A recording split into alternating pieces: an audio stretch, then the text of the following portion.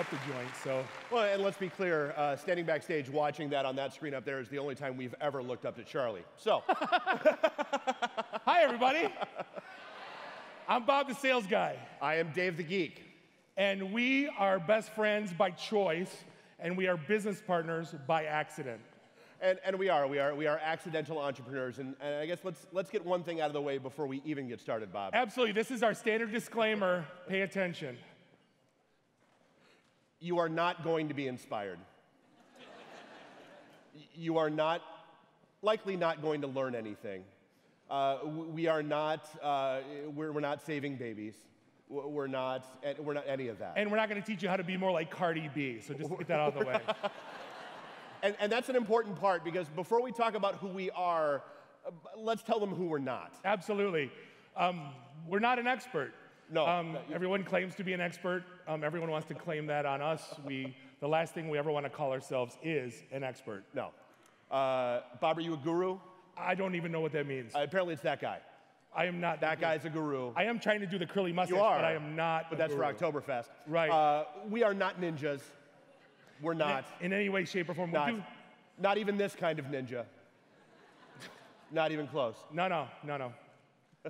And then my hatred is we were asked to be thought leaders. And please don't ever call us or anyone that you know a thought leader. No, I don't even know what that is either. And the only mastermind event we are ever going to go to involves this game is being played. Right. Other than that, don't ever invite me to a mastermind event. And best of all, we're not here to sell you anything. We never are, amidst anything we do.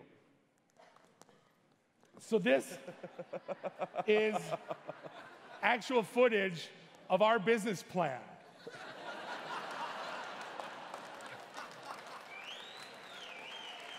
This is an actual photo of how we got started. We sat around and said, wow, they really suck. Well, I mean, let's be clear. So Bob and I meet 20 years ago.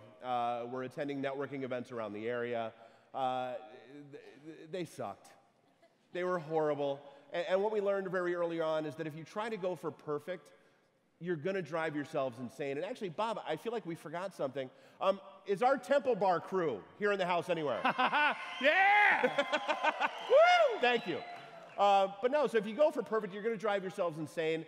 But if you just make things incrementally suck less, you're going to be good. So, I was a sales guy, Dave is the geek, and we needed to go to networking events for different reasons. And what we found out was these events all sucked. They were horrible. It was $20 at the door to walk into a room full of God knows who, didn't know what was going to be on the other side of that door. I don't want to buy insurance. I definitely don't want to buy the latest juice craze from your multi-level marketing scheme. No, I don't need you to manage my 401k. I'm not trying to buy into an MLM. So literally, we just looked at ourselves, and we did. We always wound up in the very back of the room, openly mocking whatever was going on. Like we're doing right now. We are. And so there's got to be a better way to do this. So here's what we did. We decided we're going to make things suck less. We started a networking group, and we didn't care if 2 people showed up or 2,000. Well, let's be clear. We started the anti-group. It was very simple. We're in and around IT, show up at our events. Network, hang out, have a drink, have a beer, have a soda, whatever works for you. And I hate this term just because it's been so overused lately, but we were a safe space for the IT community. That's what we built. And we always said, no cover charge, no speakers, because who's going to stop having a nice conversation and listen to some clown pitch because he dropped $500 on the bar tab? True story. The only speech that ever happened at one of our events was when Channel 4 showed up at our first Pink Slip party, which we'll talk about in a sec, and made us their breaking story, their breaking news story on the 5 o'clock news, and they had us on the big projector. Bob stood up and went, "Hey, look, we're on TV." The only speech you've ever heard at one of our events. So what we did is we didn't want to tell people what to do. We wanted to tell people what not to do. So we wrote a blog series to kind of build our culture, and it was called Don't Be That Guy. And to the date, we've written about 140 of these entries, kind of trashing on anyone we didn't like. And they're all true stories. They're all things that have happened at our events, and that's just reality, and that's just and then the rules. Well, no, so I mean, the rule is, so the first time you annoy us, we write a blog entry, we leave your name out, and it's anonymous. The second time you piss us off, we pull you aside by the ear at one of our events and go, okay, look, never again. The third time, well, we've actually never got to a third time. Nope, never. Usually we get to stop at 2. That's a good thing. We're looking forward to our first. Oh, we are. We need a third. So here's what happened. 2007 happened. The market fell. Half of our crowd was out of work. The other half was screaming that they might lose their job. Well, yes. So word had gotten out that recruiters had shown up at our events looking to hire geeks of quality. Word got out that recruiters were there looking to hire people, and what wound up happening is that more than half the crowd that showed up wasn't looking to network and meet people. They were there to find a job. Because, at that point, according to our business model, suck less, we found out job fairs suck. Why do job fairs suck? Because they look like this. Every piece of feedback we ever got was, I went to this job fair, I stood in line for 45 minutes. I got handed a postcard that says apply online. I'm like, I could have done that at home. Why the hell did I come here? So we decided to give it a different shot. So, we launched our Pink Slip Party events that were for out-of-work IT recruiters, out-of-work IT folks and recruiters. For those of you who know Cryo, 10-foot LED robot, it was amazing. We had a house DJ, Nuri, who's listening or in the house, one of the two. So imagine a job fair where you're walking into the Majestic. We were at St. Andrews also. 10-foot LED robot shooting smoke, house DJ on the stage. You weren't allowed to wear a tie. You were not allowed to bring resumes. The best part about this is doing it our way, making things suck less. Over 2,500 people in this Metro Detroit have found a job by going to one of our free events. So along the way, we get asked to speak. We do a lot of events for MEDC, the Shifting Gears events. We talk about our 10 commandments of networking. I wind up getting asked to go on this internet radio show thing, talking about who we are and what we do. So off we go. We wind up, long story short, launching a podcast. That goes crazy. Now hold on, go back a minute. Now, if you've ever seen Oh Brother, Where Art Thou, they come out, they rush out of that radio studio. They're like, there's a fella in there that'll pay you $10 to talk in this can. Well, that's kind of what they asked us to do. Dave calls me up and he said, do you want to start a podcast? I'm like, what's a podcast? You want to start one on Monday nights? I'm okay. And then away we went. So off we go with a 30-pack of PBR, a handful of Slim Jims into the Russell Industrial Center. Things blow up. Our show goes crazy to the point where we build our own studio. Well, the fact going back, 2 years into our podcast, we actually pick up some steam. We're getting listeners. We're like, oh my God, people other than our wives are actually listening to this stupid show? And then, we got signed by Mid-Roll Media, which was EW Scripps, one of the biggest podcasts. We were one of 200 shows.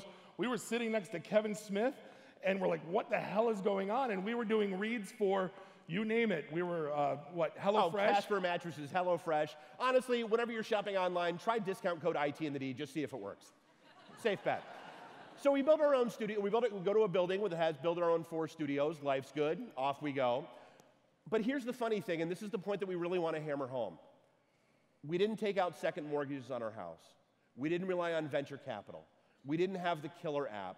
We didn't have any of that nonsense. We had no business plan, as you know. Well, it was the suck less. That was a business plan. But we had a passion for what we did. And the moral of the story that we really want to make sure people understand is opportunity will knock, but you have to open the door. And that doesn't mean that it's going to come easy from there on out. There's been a lot of hard work that's gone along the way since we've started, but it's been worth it. And I mean, that's the thing. If you look at going back, is every third Thursday at 5 o'clock, we were at a bar. We would probably be there anyway, but it was really fun to put a fancy name on it and call it, and say there's IT people there. It's for work. We have to go drink. There's a funny story there about my ex-wife. We'll skip because this is being videotaped.